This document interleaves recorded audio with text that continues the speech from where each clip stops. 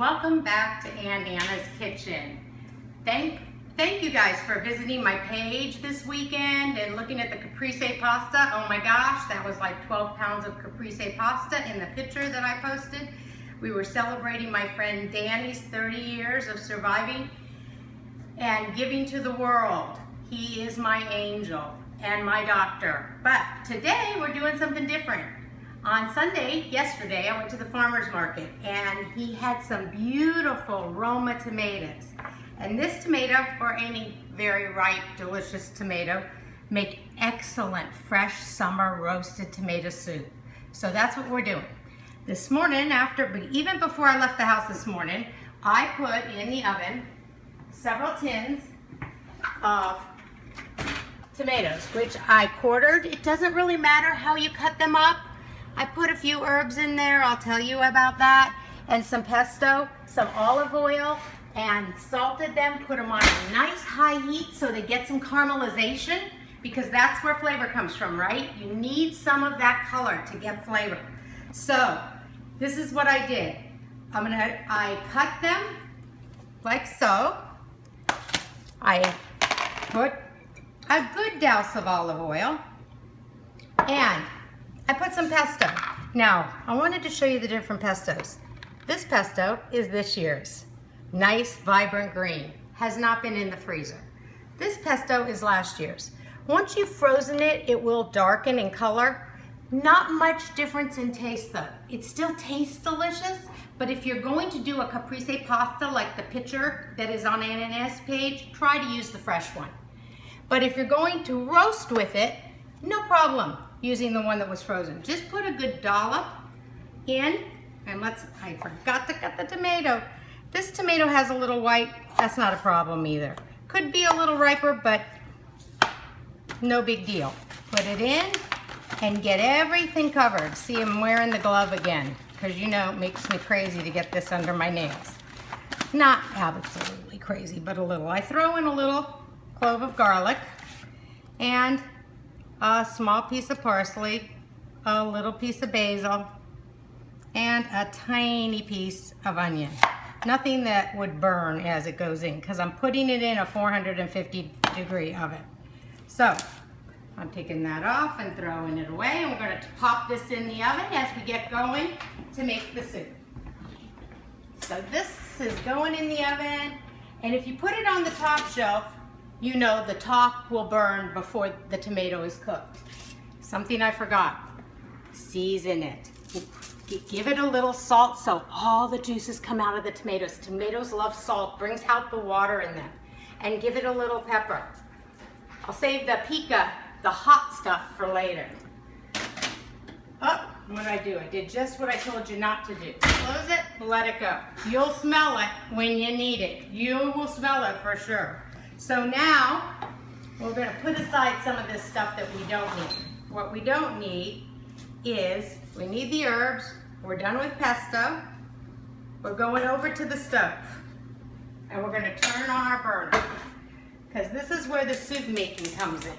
This is such an easy soup. It freezes beautiful. It lasts through the winter. It's full of such good health. You get all those healthy vitamins from the tomato. And my kids, I make usually stacks and stacks of it. I freeze it in containers like this, which I'll show you. So while that's heating up, before I add the onions and the garlic, I'm going to show you the basil. Let's look at the basil. I was telling you about how I grow my own basil, right? So this is how I do it. I do it in stages. In order to have basil at every stage, I start it in a pot like this. These seeds come from Italy. My father orders his seeds from a man in Italy. And they have such a sweet, delicious flavor. Not the normal licorice stuff. But if you can only get the American kind of basil, it's okay. Or you can go online, look for seeds from Italy. Delicious flavor, this basil. So, different stages gives you basil all summer long and even into the fall. Now we hear our oil going, we're going to add our onions and garlic. And I would add maybe a quarter of an onion for the amount of we're going to make. And 2 cloves of garlic, not jumbo gigantic garlic. Normal size cloves of garlic. Not the kind of cloves that I had at the beach house. And what do we remember? We're just sweating the onions and the garlic. We are not browning them. Because browning them, it makes them bitter. We don't want them to be bitter. So we're just gonna let it come up, watch your heat, bring it down, let them just sweat all the flavor. And this is another little thing I like to do. My family likes it to have a little kick. So we put the red pepper flakes right into the oil. Because, you know, number one, it helps the dry herbs. If you remember from the very beginning, me saying dry herbs release their flavor in the oil. And so I'm going to start light because I always think people can add more, but they can't ever take it out if they don't like it. And then I use a little hot shot, which is a mixture of pepper and cayenne. It's a nice mixture, so it's not too hot. And that's my next, and I'm also going to add light on that. And next, pepper. I'm going to hold off on the salt. And I remember I was telling you about how canned tomatoes are salty. Well, these are not canned tomatoes, these are fresh, but I salted them, if you remember. So I'm not quite sure how much salt is on them, and I don't want it to be a big taste of salt when you get it in your mouth. Now, let's take a look at this. You will see even the oil changes color just a tiny bit as that pepper starts to release, and it's nice and soft, looks good. And we're going to go to the oven and get the first pan of tomatoes. Now, these are not burning hot anymore because I did them this morning while I was gone. But see the caramelization? You can see, you want all of that. Skins, all of that. I know some people like to skin their tomatoes. I put in every bit of it. So that's one, takes care of one. We'll just slide that over there. And we'll get the other one. And you can see the whole, can you see the whole clove of garlic? This just happened to be a tomato I had that was overripe. I just threw the bad boy in there. I don't like to waste anything, especially when it comes to summer tomatoes, because they are so delicious. Oops, the hand and a mess. I was really gonna try to avoid that today, and never mind. Anyhow, so now we've got all the tomatoes in. They're in, you can see a lot of beautiful juice comes with these tomatoes, right? And we've got the herbs. This is the point where I put in more fresh herbs. I like more fresh basil. I know this will come as a surprise to you. Parsley, my favorite herbs, and a tiny, tiny bit of lemon thyme. Thyme goes a long way.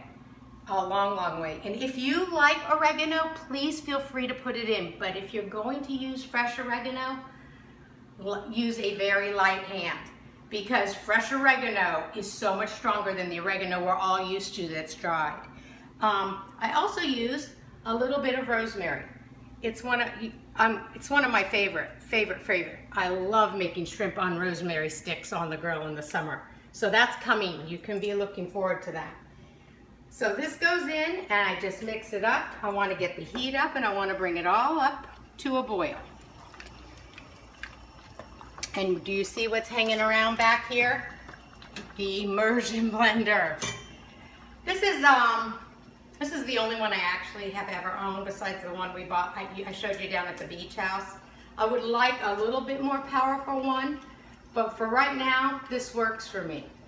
At this point, this recipe has been adapted from, I watch a lot of cooking shows on the Food Network, a lot. And I take a lot of different ideas from a lot of different people and I meld it into my own. And to me this tastes very tomatoey, but I got an idea from one of the shows about adding some canned tomatoes because it bumps up. So I'm using about half a can, and these say they're San Marzano, which happens to be one of the sweetest tomato grown in Italy. So there's about for this amount I used about a half a can. It had a couple tomatoes, just to make it a little more tomatoey. Now, put that over there. Next thing, we gotta taste it, right? Because we don't know how salty it is. It definitely does not need any salt. That tastes delicious. If I was to use the immersion blender right now, this would become a roasted marinara sauce. And you could use it with your meatballs, you could put sausages with it, you could actually slice up peppers and do sausage, peppers, and onion hoagies. It could be used for so many different things. But we're making it into a soup. So in order to do that, we need to add chicken stock. This is my personal favorite brand. I like Swanson's, and I like it, like I told you before, I like everything unsalted because I want to control the salt. I do like salt, I just want to make sure I'm the one who's putting it in. So, I'm going to pour some chicken stock in, and just, let's just look. I think it's going to take the entire thing, and it may even take another one. I only brought one out because you're just not sure how much your tomatoes are going to cook down or how much juice they're actually going to let off in the oven when you roast them. And then, once you get this going, I'm going to bring it up and let it heat for a minute. While it's coming up to a heat, I'm just going to collect my stuff over here so we're not looking at too much of a mess. And I like it to get a little bit hot, not completely boiling, but a little warm. And then I'll start using the immersion blender. When I first started making this, I would pour it into an actual blender. I don't know if you've ever tried to blend anything hot. You have to hold the lid on. It explodes if you don't. So there were a few times that there was tomato products everywhere here in the kitchen. Everything's a learning curve for me. Nothing ever is easy.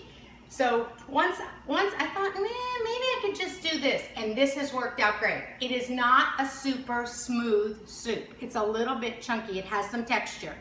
I like a little texture in my tomato soup. But if you would like it smooth like Campbell's, you could put it through cheesecloth or anything like that. Strain it within some sort of strainer. So now we're going to do this, and remember how good I did this in the cans, and I'm just going to leave it right on the stove and go in and whiz it up. You see how I tried to stay underneath with the immersion blender. Normally in the summer, I make this with about 25 pounds of tomatoes. I go to the farmer's market as the farmer's market is closing, and I ask for all the tomatoes they're going to throw out. And those are the tomatoes I use. I don't care if they're Roma, heirloom, whatever. The only kind I've never really tried are golden, so if you ever do try it with golden, let me know how that turns out. But it always is delicious, and my boys love it. The first thing they want to do is come home and see if there's any in the freezer, and they eat it for breakfast. They're crazy. My kids eat anything for breakfast. Everything you've seen me make so far, they've had for breakfast. So this is not, you just keep blending. It takes a couple of minutes with the immersion blender, but it's so much easier than pulling it out. It absolutely is so much easier than pulling it out. And I'm going to show it to you on the spoon in just a second. Okay, once it's blended, or pretty well blended, you can see as you pull this up, you're not pulling up any. You're making sure that, especially that the skin is blended. Okay, so once that's done, we'll put this right here on the idea we're staying neat. Get a spoon. I'm going to show you the thickness I like. That doesn't mean this has to be the thickness you like. You may like it a little thinner or a little thicker, but at this point you do want it to come to a boil. You want to bring it to a boil, so not on a high boil, bring it to a boil so all the flavors meld together, and then taste it. it doesn't take long to cook, because remember, everything's cooked. If you have homemade chicken stock in the freezer, which sometimes I do, I'll use my own. But in the summer, I'm not a big I don't make a lot of chicken soup in the summer, so I usually use Swanson's. And let it come to a boil and then taste it. Last week I told you something, and I'm going to let Elizabeth show you, come in close on this, and show you the sauce while I go to get something that I wanted to show you.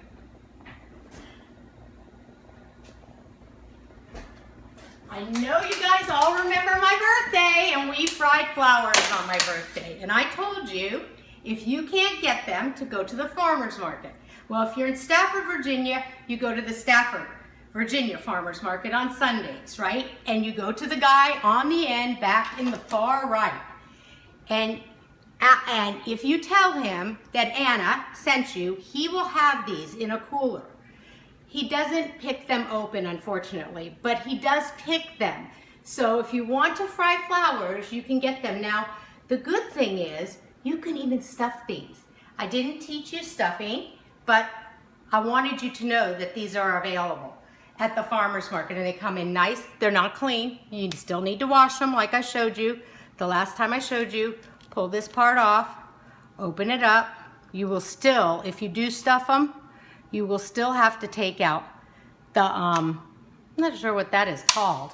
I'm gonna look that up, but anyway, and then batter and fry. But if you're going to stuff them, you do not, what you do is gently open.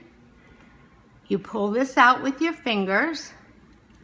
You put your ricotta, you put your cheese, you put your, whatever you like, prosciutto. I've seen them with prosciutto and ricotta and all different kinds of stuffing. You dip it in the batter and you fry the whole thing like this. And I've seen it done a lot with tempura batter, actually. So that was my little treat I found at the farmer's market. I was so happy he had them this week after telling everybody that he might. So now you see the color? See how the foam has come up to the top? And we're gonna give this a taste, and I will guarantee you we are absolutely close to done. Let's see. Oh my gosh. You can taste the caramelization of the tomato, and the tomatoes are sweet with all the different herbs. It has a little texture on the tongue, so it's not completely smooth. It is just absolutely delicious. I'm going to put it on low, and you know what? For my family, I'm going to put just a tad more salt and just a tad more heat, because they remember I told you they like things to burn their lips off. So just a little bit more heat. This is a good time to re-season to get it just the way you want it. And we'll use this one. Perfect. Let's see how the tomatoes did in the oven. And that quickly they start to roast. So another 5 or 10 minutes and these would be roasted for the next batch. I'll be using these with a lot of this in a roasted vegetable pasta. And I want to do some eggplant stacks too. Some nice healthy roasted eggplant stacks with fresh mozzarella. It's been great having you in Anna's kitchen. Thanks so much. I hope you enjoyed it. Any questions or comments, please visit my page. Ciao.